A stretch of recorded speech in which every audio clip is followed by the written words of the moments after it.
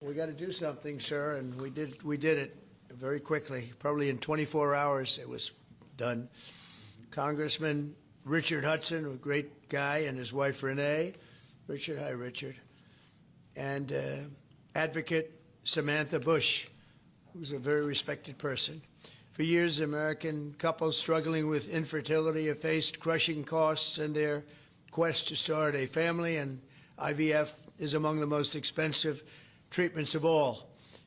A single round of IVF in the United States can cost up to $25,000, can actually go a lot higher than that, and many couples require multiple rounds for a successful pregnancy. A major reason for these high prices is the excessive cost of the drugs involved.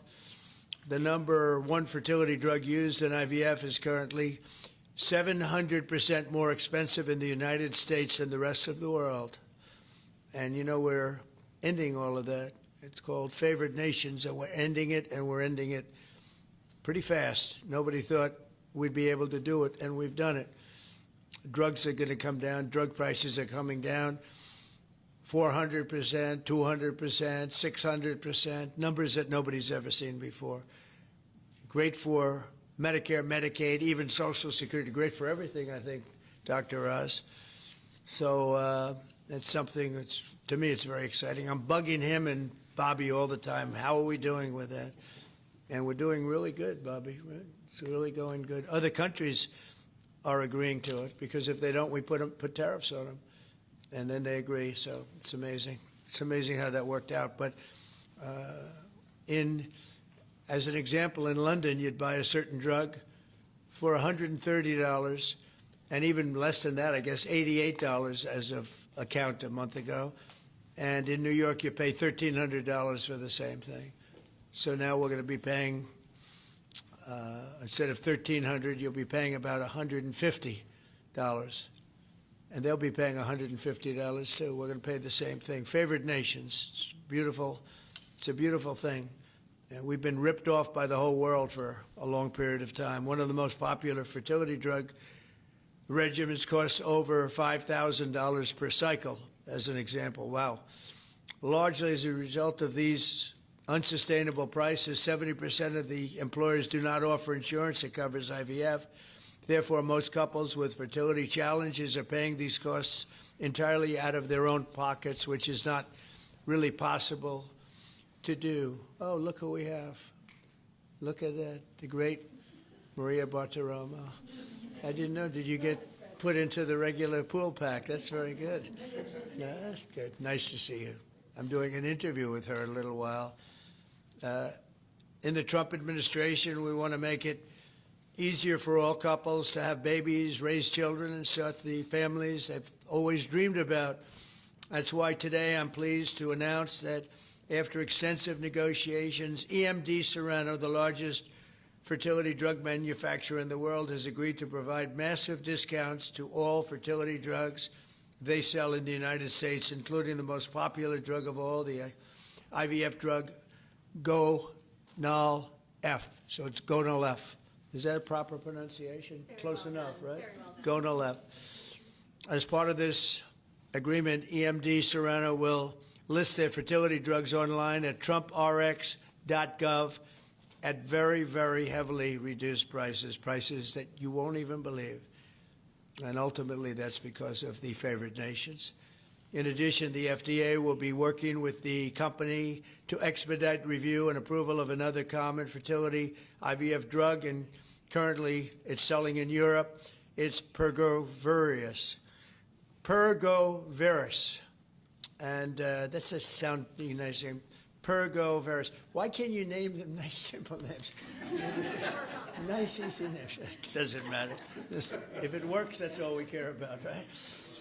Upon approval, this drug would directly compete against a much more expensive option that currently has a monopoly in the American market, and this will bring down costs very significantly. And the other one's going to have to come down also. Finally, EMD Serono has agreed that all future drugs and everything that it develops and sells in the United States will be offset at most favored nation prices. I've been after this for a long time. And we started the process in the last administration, and then We had a little thing called COVID that came up. We had to focus on that, did a good job on that too. And they'll bring a significant portion of their drug manufacturing back to the United States. So they're going to bring it largely back into the United States, and that's for a lot of reasons, but primarily because of the election result, November 5th, and maybe most importantly because of the tariffs, because if they do it here, there are no tariffs. So we're going to be very close, I think by the end of this year, we're going to be very close to $20 trillion in investment. As an example, the Biden administration had less than $1 trillion, substantially less than $1 trillion for 4 years, Maria. Can you imagine? 4 years, less than one.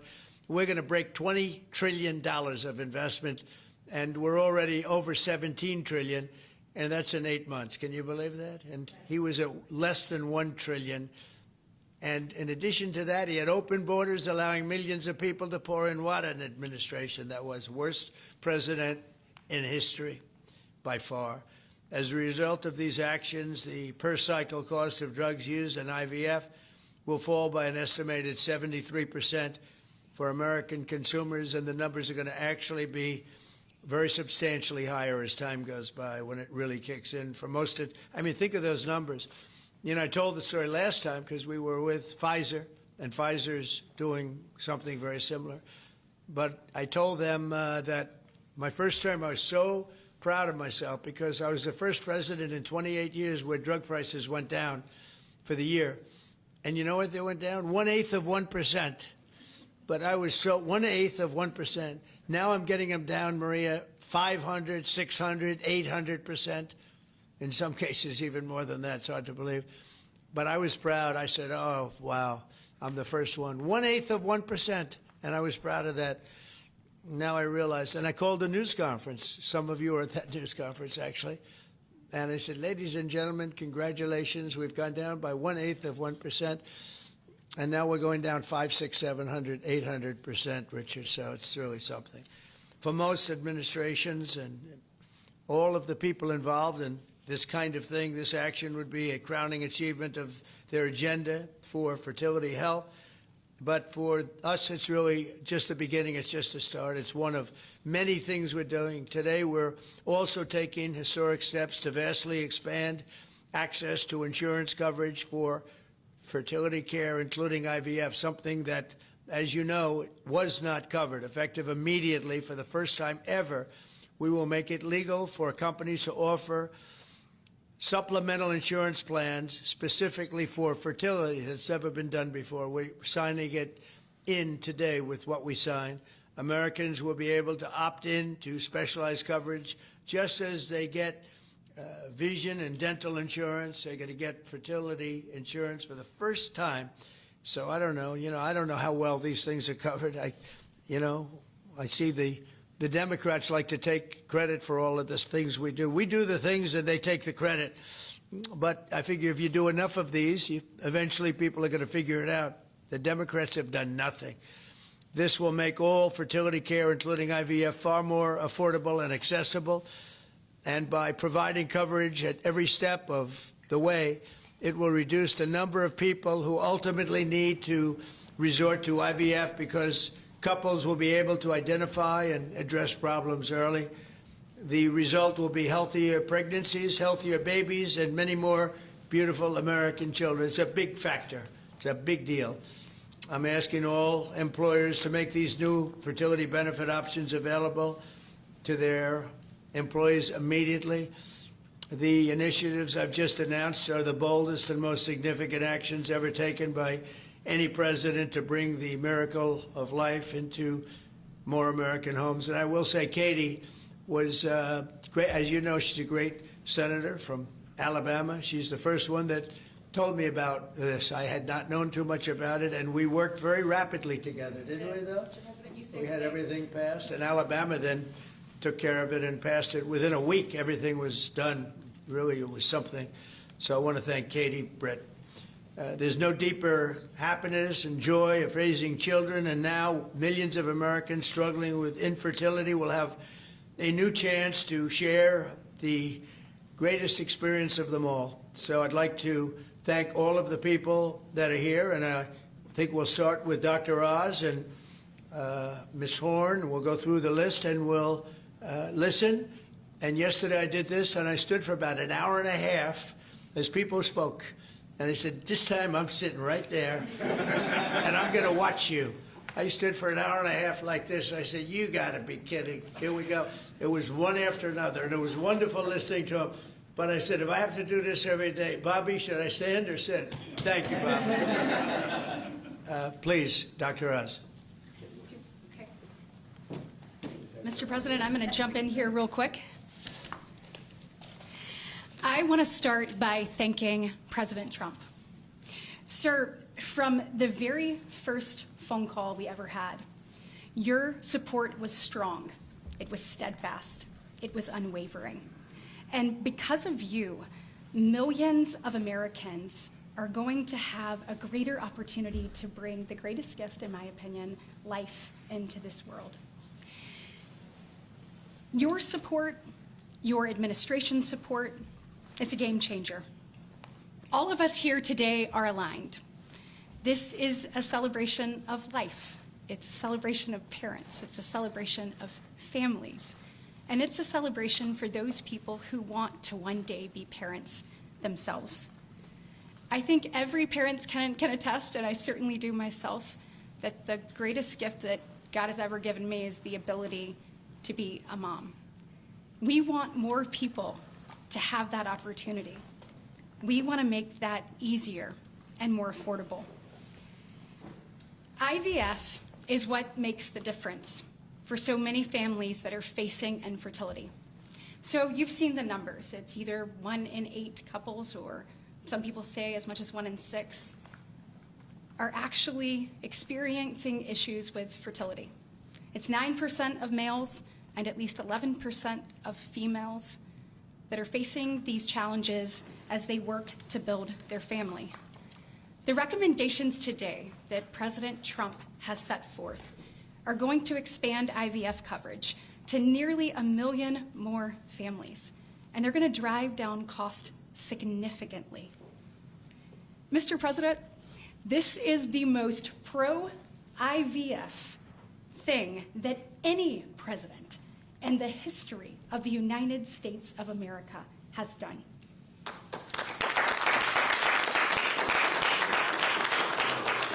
And Mr. President, it's your leadership.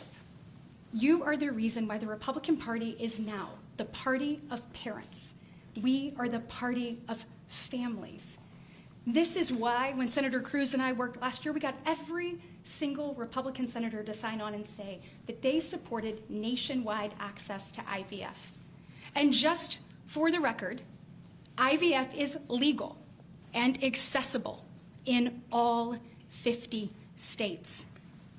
And President Trump taking this action today to lower cost, to bring these issues to the forefront, and to enact solutions for people working to start their families. I want you to know it's significant, and there's more to come. But this isn't the only thing that you've done to prove that we're the party of parents and we're the party of families. If you look at the working family tax cut, guys, he made sure that hard-working parents were front and center in that legislation. You know, whether it was child tax credits being expanded and made permanent, whether it was Trump accounts that are going to change the game for so many parents, or whether it was childcare. So for decades, we have heard Democrats talk about childcare. President Trump actually took action on the affordability and accessibility of childcare. We know that 1 in 4 families say that they hesitate to have more children because of the cost and because of childcare cost. For the first time, this man actually took steps to change the dynamics for hardworking parents. So of the 3 tax credits that he reformed and the working families tax cuts, 2 of them had not been touched in 2 decades, and 1 of them had not been touched since 1986. So President Reagan was in office the last time anybody did anything about it. But you changed the game on that, and I was proud to lead that effort in the Senate. And so on behalf of moms and dads, on behalf of grandparents and sisters and aunts and uncles and brothers and people who are looking to expand their family, we say thank you. Thank you for all you do to support families in this country and make a healthier environment and an easier one for us to grow the very most important thing. Great, thank you. God bless. So nice. Thank you very much.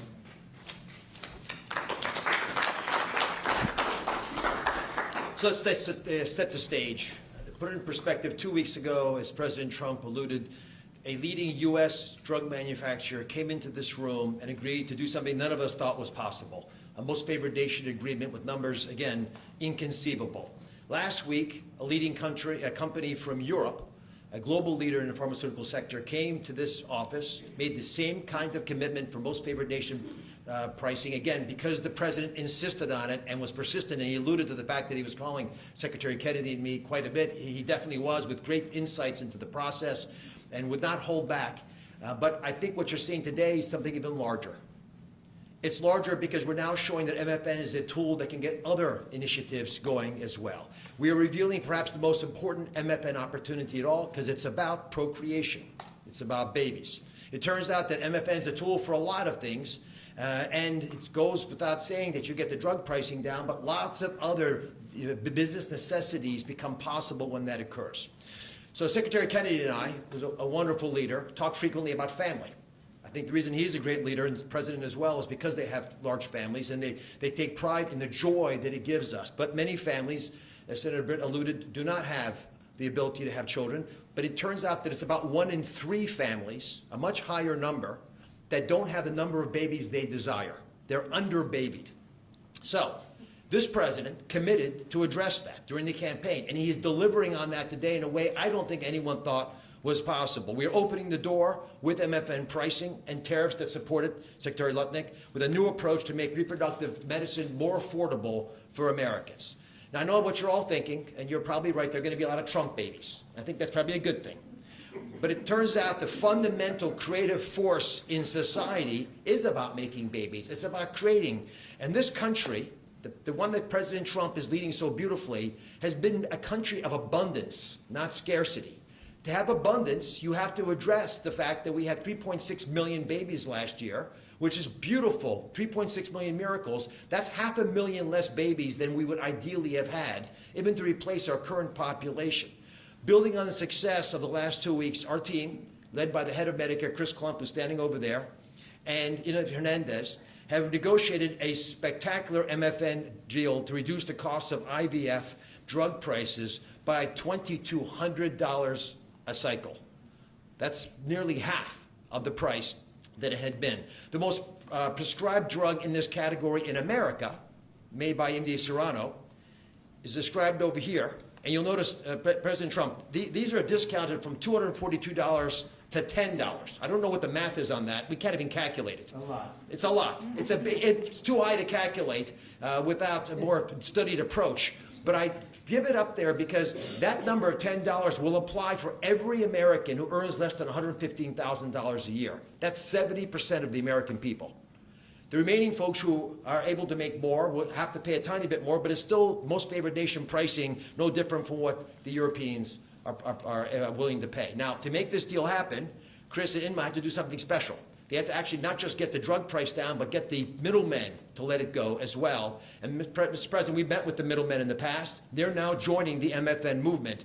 I want to thank Express Scripts Freedom Pharmacy and then CVS's Specialty Pharmacy, because they were willing to stand up and do the right thing for the American people by answering the president's call and slashing their prices.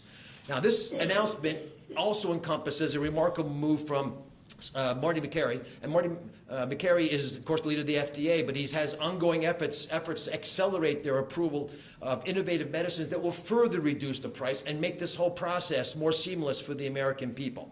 Now, you're about to hear about a spectacular new program that's been alluded to, but one of the architects of that program, Heidi Overton, Deputy Director of the White House Domestic Policy Council, is going to take us through the exciting details of what this is going to offer for the American people, especially those who are in the workforce. But first, we think you should hear from Libby Horn. Libby is EMD Serrano's head of fertility. She brings both professional expertise and a personal connection to this work. She has 3 beautiful daughters, and she has personally benefited from reproductive medicine that has shaped her family, and her company made today's spectacular MFM pricing possible. Libby. Thank you, Dr. Oz. Thank you, Mr. President.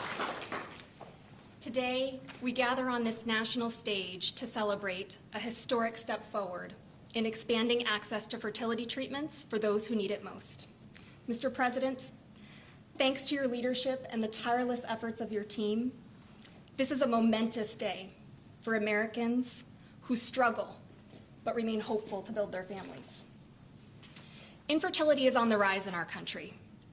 1 in 8 couples face infertility. This isn't just a number, it's real lives, dreams, and aspirations of hardworking Americans. The teacher who goes to school each day, surrounded by children, but aching for children of her own. The firefighter who puts his life on the line, but can't create the life he wants at home. The consequences of these challenges can take significant tolls. Some of you watching today have given up or are frustrated because access to IVF treatments has been out of reach. That's why expanding access to IVF has been an issue of great importance to the President. He made this clear in his executive order declaring the administration's goal of supporting American families by enabling access and eliminating barriers to IVF. Today, EMD Serono is proud to help President Trump deliver on his promise to you.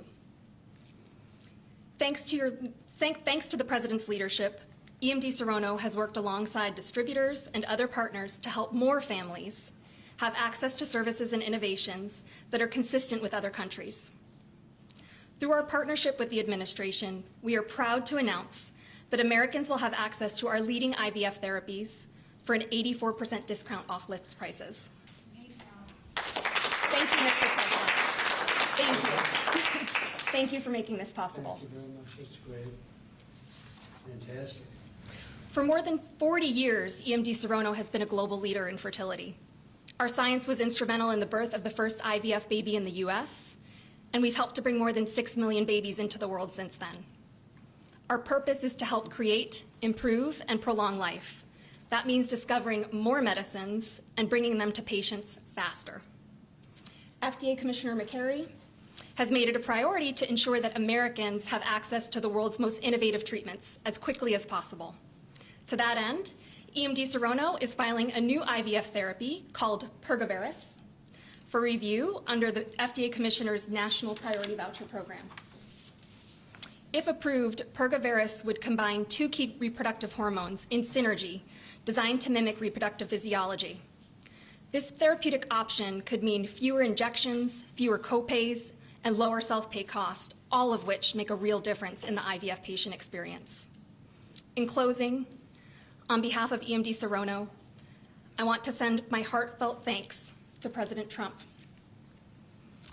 and the entire administration for their leadership and vision in this critical area of healthcare.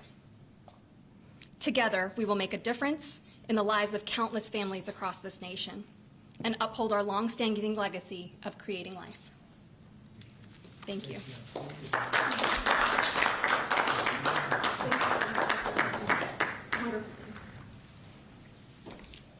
Mr. President, thank you for your bold leadership that's allowed our teams to go far beyond what anyone thought was possible.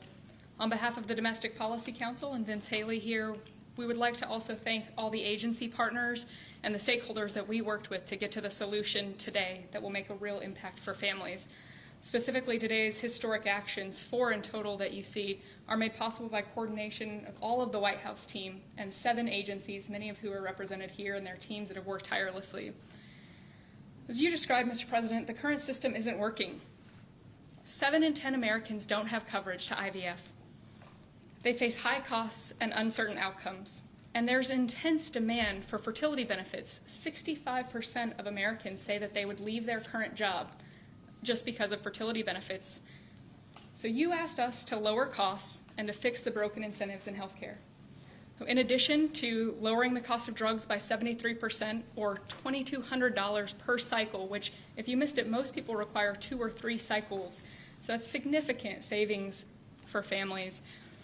I'm also going to briefly outline the new solution for coverage. This is a new fertility benefit option that employers can immediately offer to their employees starting today. This afternoon, the Departments of Labor, Health and Human Services, and Treasury will be releasing guidance that, for the first time, creates a legal pathway for employers to offer fertility benefit packages to people that need them, similar to how dental, vision, and life insurance are currently offered. This will be followed up by a regulation. These benefits can address the continuum of fertility needs, from the root causes of IVF, which Secretary Kennedy is working on very hard at HHS, to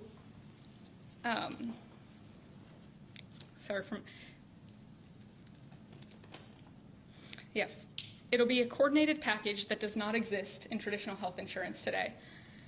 It'll make it easier for employers, including small and mid-sized employers, to compete for talented employees. Currently, many small businesses cannot afford to offer fertility benefits at all. This is making it possible for them to offer benefits the same way that large companies like Amazon and others offer benefits. This is a pro-family benefit expansion that will transform clinical outcomes by addressing fragmented coverage and care.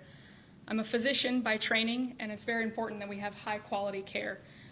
Fertility benefit companies are poised to offer packages that have reported so far roughly 25% higher live birth rates for those that seek care compared to those that don't have such benefits. They also report fewer cycles to achieve pregnancy, improved natural pregnancy rates through better care before you need IVF, and reduced chance of miscarriages, a 21% reduction in miscarriage rate. Leading physicians in the field have also relayed that these types of benefits significantly improve the patient and doctor experience, allowing both to focus on care rather than navigating the bureaucracy. These impacts are very personal. Here with us today are my good friends, Congressman Richard Hudson of North Carolina and his wife, Renee Hudson. Both have worked in public service for years, including Renee for all 4 years of your past administration, Mr. President, and they struggled with infertility. Today they have a beautiful son who's their pride and joy. He's an amazing boy. But they also suffered multiple losses throughout their fertility journey, something that is very common. Unfortunately, too many people go through the hard, arduous process of IVF and still result in a miscarriage. So today, your option is not only saving money, it's going to improve the quality of care significantly. This new benefit option simultaneously represents the greatest opportunity to expand coverage of IVF that the federal government has ever taken, while also improving the care delivered. Additionally, and very importantly, it gives employers maximum flexibility to design benefits that are consistent with their values. Put simply, this new fertility benefit option means lower costs and more healthy babies. So today, this announcement, we are realigning the industry towards the simple metric of more healthy babies at lower costs. I would now like to introduce Samantha Bush, the wife of NASCAR driver Kyle Busch, who's been a leading advocate for IVF access and affordability after your own infertility journey. Thank you, Mr. President. Hello, everyone. My husband, Kyle, and I battled infertility for over a decade before being blessed with our 2 beautiful children, Brexton, who's 10, and our daughter, Lennox, who's now 3. But our journey was long and painful. We faced 6 rounds of IVF, multiple miscarriages, multiple failed cycles, and countless moments of heartbreak. We faced the roller coaster of hope and devastation that so many families know all too well. Through it all, we held on to faith, each other, and the belief that somehow, someday, God would turn our pain into purpose. We also saw firsthand the staggering financial burden that comes with infertility treatments. Sitting in the waiting room of our fertility clinic, we overheard another couple quietly say that money was the only thing standing in their way of having their family. In that moment, Kyle and I looked at each other, and we knew God was planting a seed in our hearts, a calling to take action. In 2015, that calling became the Bundle of Joy Fund, a nonprofit foundation dedicated to providing financial assistance to couples struggling with infertility. What began as a small act of faith has now grown into something far greater than we could have ever imagined. To date, we've granted over $2 million directly to individuals, helping them pay for their IVF treatments, and we've celebrated the birth of 108 beautiful babies through our fund.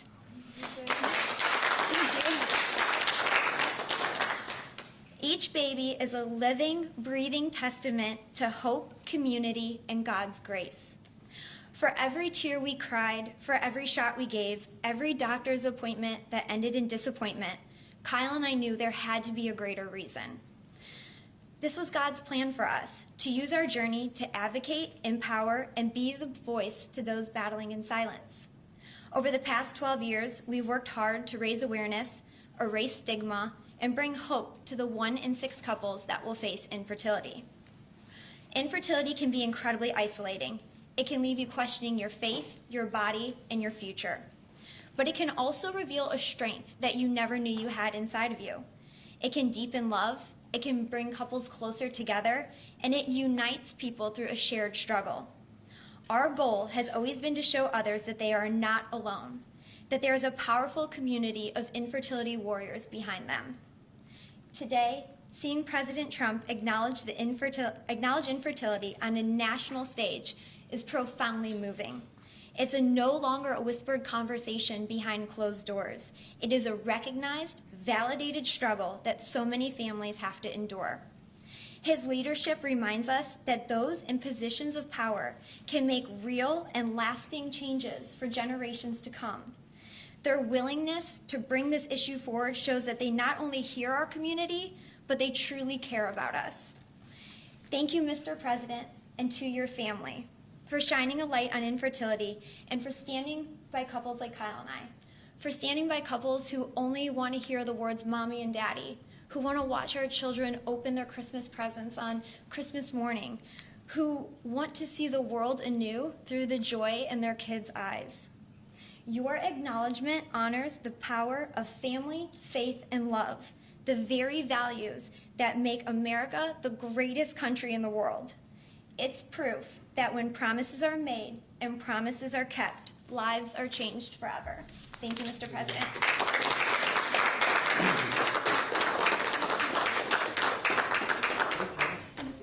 Anybody else? Howard, you would like to say a couple? No. I was hoping you would say that. Bobby, come on up for a second. What a job you're doing. Yeah, say a few words, Bobby. Thank you, Mr. President. Thank you for your vision, your commitment to our country. When my uncle was president, the fertility rate in this country was 3.5%. Today, it is 1.6%. The replacement rate, in other words, the amount of fertility that you need in order to keep your population even, is 2.1%. We are below replacement right now. That is a national security threat to our country. And we know why this is happening. And President Trump is addressing the root causes through his MAHA agenda of reducing endocrine disruptors, the exposure to chemicals that decrease fertility. Today, the average teenager in this country has 50% of the sperm count, 50% of the testosterone as a 65-year-old man. Our girls are hitting puberty 6 years earlier. And that's bad, but also our parents aren't having children. Parents who want to have children do not have access. I have 7 children. I feel that God has blessed me with that, and I can't imagine how different my life would be if I did not have that blessing. I want to point out also that this morning Harvard University released a study that showed that the obesity rates have now climbed over 70%. And this, again, is for the same reason we're flooding our kids. We're poisoning mass poisoning a generation of kids with chemicals. President Trump has instructed us to stop these problems at the root cause. He's also recognized that there are people who are injured, people who are not living their life to the fullest, and he's addressing that. Last week, we made GLP drugs available at Most Favored Nation. And this week, it's IVF. I want to thank you so much for that, Mr. President. I saw on an airplane the other day, you said that you didn't believe that you were going to get to heaven. You're doing God's work here. You've made peace in the Middle East, which is beyond anybody's imagination. And now you're giving millions of Americans a chance to have babies. And you're doing this while the government is locked down by the Democrats. But this administration has not stopped working for the American people. And that's because of your energy, your commitment, your vision. And I want to thank you for allowing me to be part of it.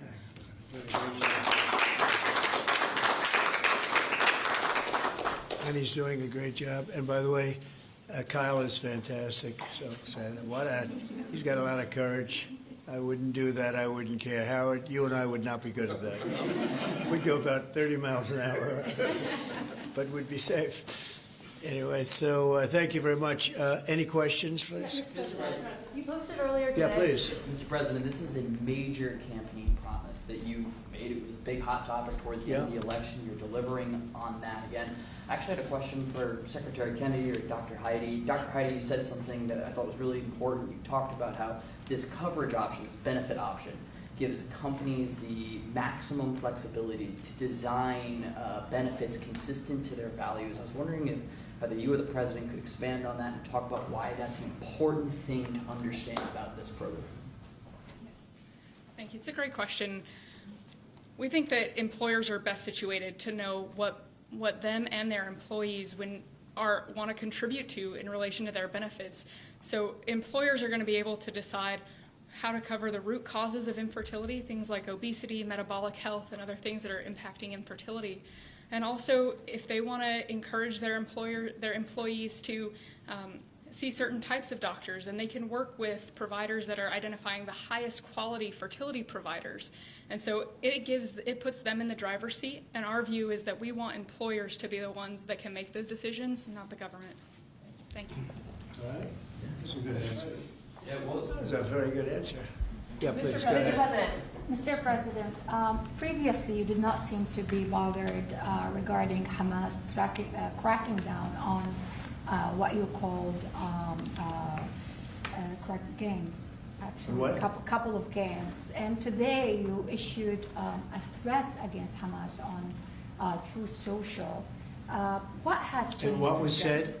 Go ahead. You said if they continue keep killing innocents in Gaza, that if that continues, the United States I will know go I after issued a them. strong statement. That's right. But they used to be gangs, and now you're saying innocents. What made you think they're innocents now? Well, I'm looking at what's happening, and that wasn't the deal that was made, and we'll see what happens. It's calmed down.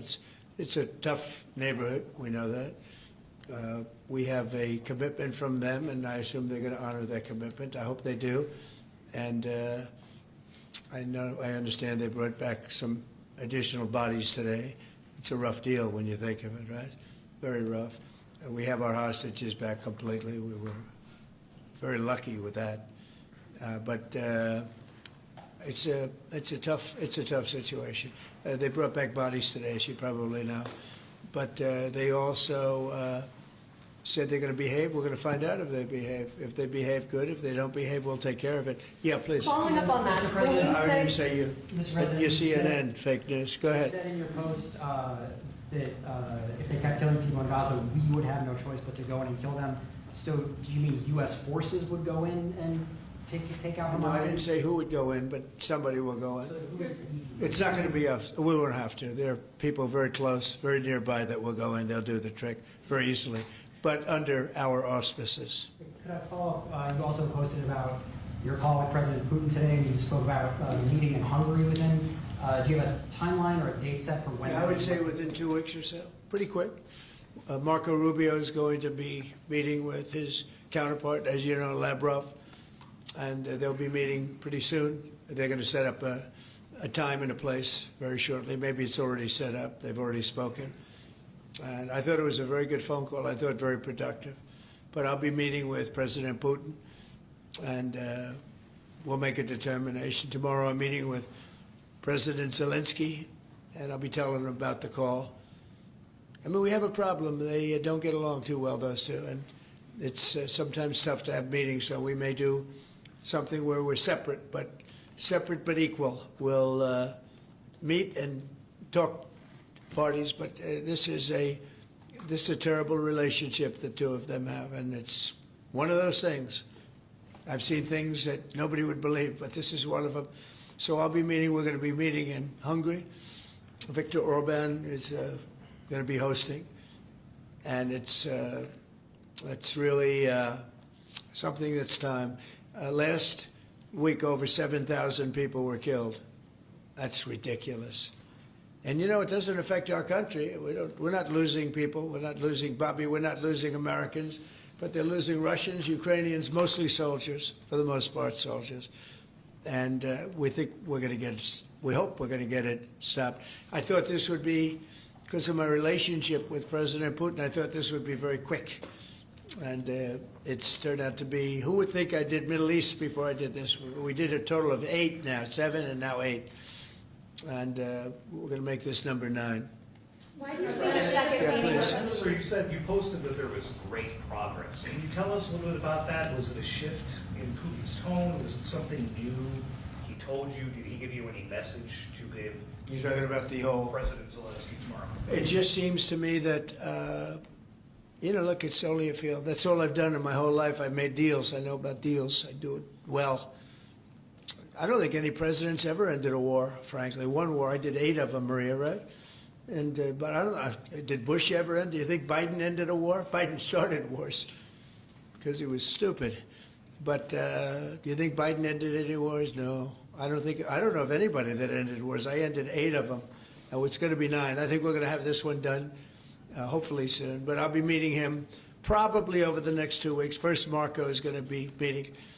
And the vice president, as you know, is very much involved. The whole team is involved. Steve Witkoff will be involved.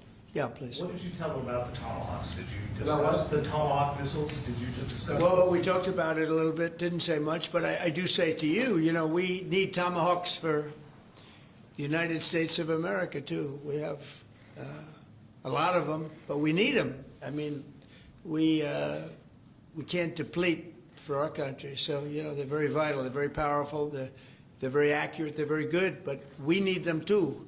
So I don't know what we can do about that. Mr. President, why do you think a second meeting with Putin? Why do you think a second meeting with Putin now will yield different results? Well, I think Alaska actually set a stage, and that wasn't very long ago, but it set a stage. You have to understand, I came into this situation. I didn't start this war. This is a Biden deal, and I came into it, and it was a mess. It could have led to World War III. In my opinion, this could have led to World War III. That won't happen, but it could have. So I came in, this war was raging. When I left, this wasn't even a thought. For 4 years, nobody talked about it. I spoke to President Putin about Ukraine. It was the apple of his eye, but there was never going to be doing anything like this. And this all went because of some really bad decisions that were made. And look what you have. You have millions of people dead. You have just a horrible, horrible situation. I'm doing it to save souls. That's all I'm doing it for. I'm not doing it for us. We have an ocean between us. I'm doing it also to help Europe. They want to have it ended, but they're unable to do it. I'm able to do it. So I think we'll be successful. We'll save a lot of lives. It should have been done. Should have never started. This would have never happened if the election weren't rigged. This would have never happened. But it did happen, and I'll get it stopped. Okay. Did you get an updated message to pro-life Yeah, go ahead. conservatives? Yeah, you mentioned a $1,300 drug at the top of this. Were you referring to the weight loss drugs? Yeah, I was referring to Ozempic, or I was heard the fat loss drug. So those are going to be $150 out of pocket Yeah, for well, Americans. they'll be much lower. They'll be much lower. Yeah, go ahead. We have not negotiated those yet. We're going to be rolling these out over time. The GLP category of drugs, which includes Ozempic, have not been negotiated yet. What's the timeline for that? But it will. It'll come down, like everyone else. Okay. Any timeline on those negotiations? No, but I think those are going to come down pretty fast, and we do have, I guess, some alternative. The president will be happy with the result, and until he is, we're not going to close those negotiations. Thank you. Except it'll happen. Got it. Mr. President, what's your message to pro-life conservatives? Some pro-life conservatives have religious objections to IVF and are already critical of this policy. What's your message to them? I don't know about the views of that. I'm just looking to do something because, you know, pro-life, I think this is very pro-life.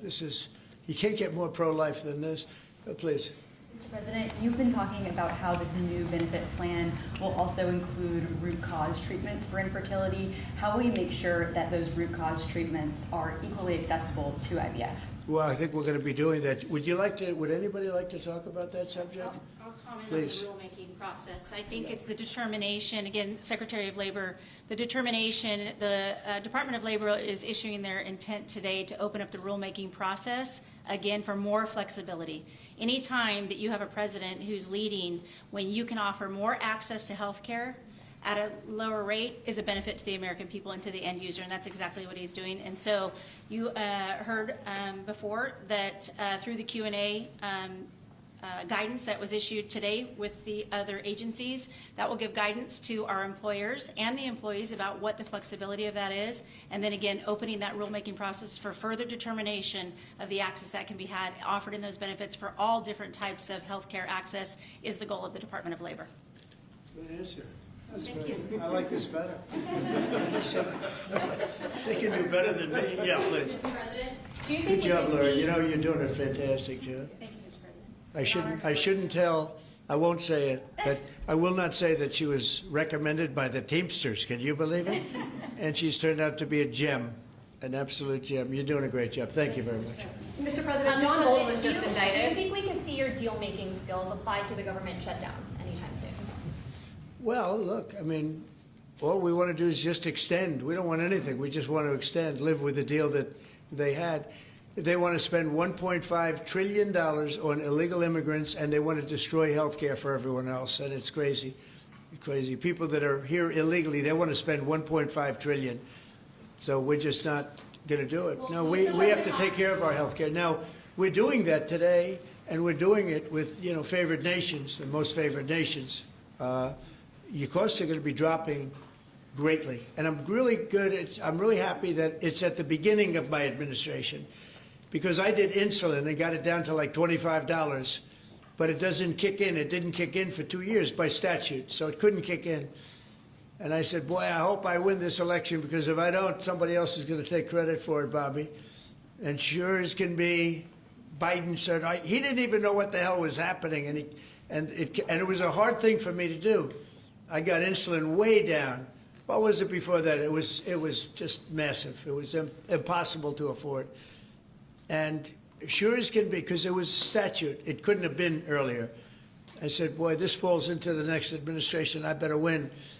And all of a sudden, I watch this Biden taking credit for something that I did, and on other things too. We had a lot of things kick in. So the nice part about this is at the beginning of our administration, so I think we're going to see the fruits of our labor. And I hope on our other situation that we've talked so much about, autism, I hope we're going to see some very good results based on the recommendations that we made. And, we have time to watch those results. Mr. President, John Bolton was just indicted by a grand jury in Maryland. Do you have a reaction to that? I didn't know that. You tell me for the first time, but I think he's, a bad person. I think he's a bad guy. Yeah, he's a bad guy. It's too bad, but that's the way it goes. The case against him? That's the way it goes, right? That's the way it goes. Will I what? Have you reviewed the case against him? No, I haven't. But I just think he's a bad person. Okay, anybody else? What's the timeline for the IVF drug through the National Commissioner Priority Review Voucher? Dr. McCary? What do you think, Doctor? Yeah. So, first of all, the National Priority Voucher Program says we're going to proactively at the FDA look for amazing treatments like this IVF treatment. We're going to reach out to the companies, and if it's in line with the president's national priorities, we're going to put those drugs at the front of the line and get a decision out in weeks instead of a year. And so today we announced 9 drugs that are going to be recipients. These are products where the manufacturing is going to be in the United States, or it's meeting a large unmet public health need, like a diabetes drug we announced today, or it is a product where you're going to see an affordability phenomena because the prices are getting equalized in line with the president's most favored nation status goal. Wow, that's great. Why didn't I have him speaking? So could have saved a lot of time. Thanks, man. I'm not surprised. Yeah, please. Yes, thank you, President. So Senate Majority Leader John Thune today said he'd like to proceed with the bill which would put sanctions on Russia. What's your thought on that? Well, we're going to see. He doesn't know about the call yet. I'm going to speak to him later. And it was subject to what I wanted to do. And so we'll see what happens. We may have, this may be such a productive call that we're going to end up, we want to get peace. We want to stop the killing. 7,000 people a week. Can you believe it? We want to stop the killing. So I'm going to speak to him and the speaker, Mike Johnson. I'll speak to them a little bit later, and I'll tell them about this, and we'll make the right determination. I'm not against anything. I'm just saying it may not be perfect timing. It could happen in a week or two, but it's at my option, as you know. Right, but did President Putin try to dissuade you from selling Tomahawk missiles? Well, of course. What do you think he's going to say? Please sell Tomahawks? But Is he going to say, please sell those Tomahawks? I really appreciate it.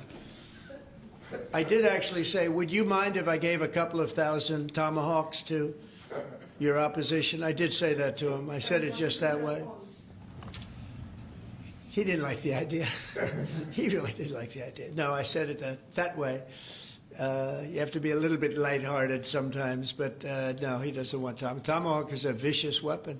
It's a vicious, offensive, incredibly destructive weapon. Nobody wants Tomahawk shot at them. Did he specifically ask you not to provide Tomahawks? So, wouldn't anybody?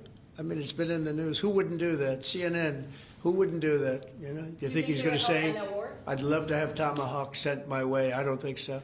Maria, we have one of the great stars of television here, and she's an incredible person, and she's just an amazing woman who she got it all right. She got the Russia hoax right. She got everything. Would you have a question? Yes, Mr. President. I would ask you why this was so important to you, IVF, and why was autism so important to you? What are you trying to achieve? Well, autism is like a whole different thing. When you look at, it was 1 in 20,000.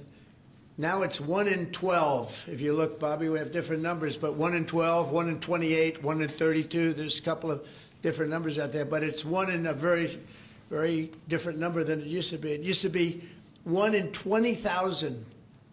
And that was not that long ago, 20 years ago or so. And now they had something for boys, for babies, baby boys.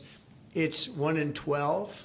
I heard 1 in 10, Bobby. I heard another one, different lists. But when you think of that, it's not even sustainable, but there's something artificial.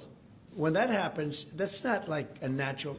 And then you have certain groups of people that literally don't have autism, and they're not taking some of the things that we're taking. So we're working very hard. And on IVF, it's just that I have friends, including Katie, that called me and they told me the importance of it. I wasn't that familiar with it. Now I think I've sort of become the father ever since I heard. There was a bad decision in Alabama where a judge wanted all clinics to be immediately closed, right? And Katie called up and you said you were pretty strongly attacked by your friends that you didn't even know were involved with IVF, right? You had people that had grandkids, people who'd gone through IVF themselves, telling their story and saying there are people that cope out there.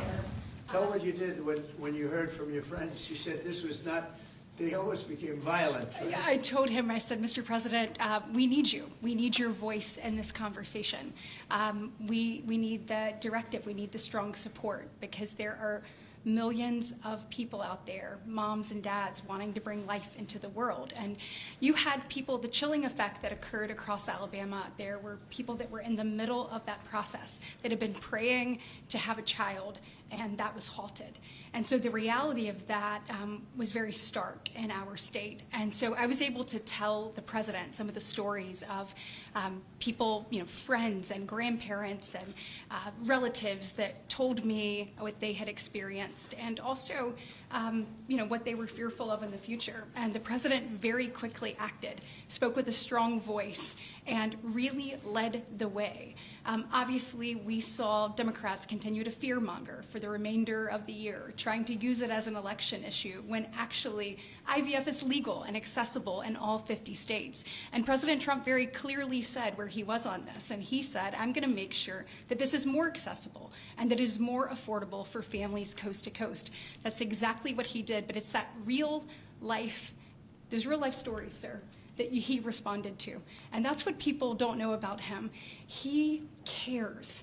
And when you tell him what American people are dealing with, he wants to do something about it. You have leaders and politicians that come before him that want to talk about things. President Trump wants to actually make things happen. That's exactly what he did here, and I'm so, so grateful, Mr. President. Thank you, Katie, very much. Appreciate it.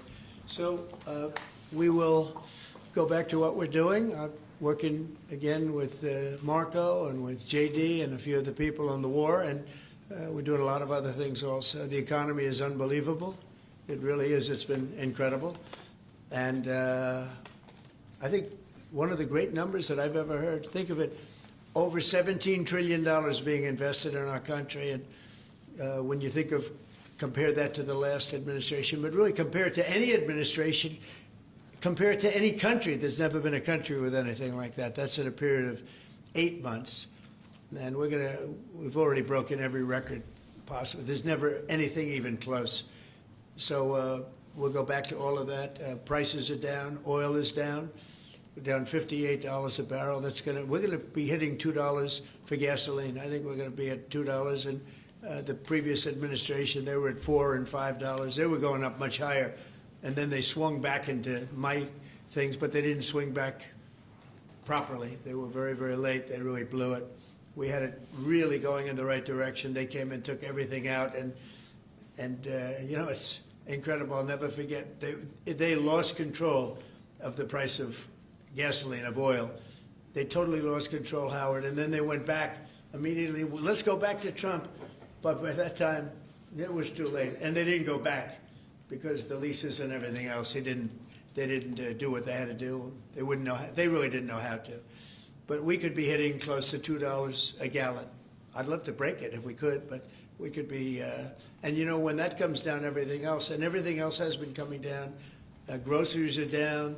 The price of things are down. And honestly, the simplicity is if you can get oil down, it's such a big category, everything follows.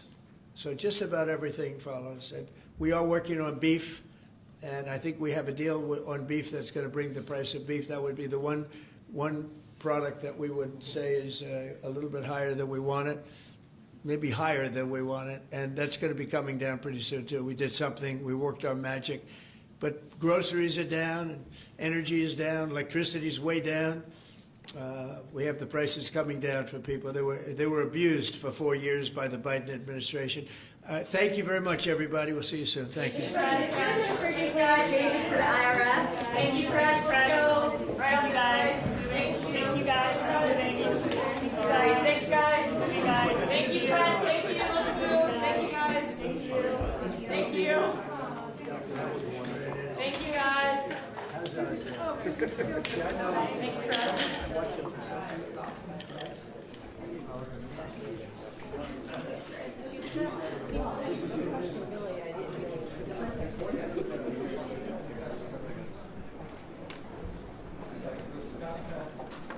Thanks,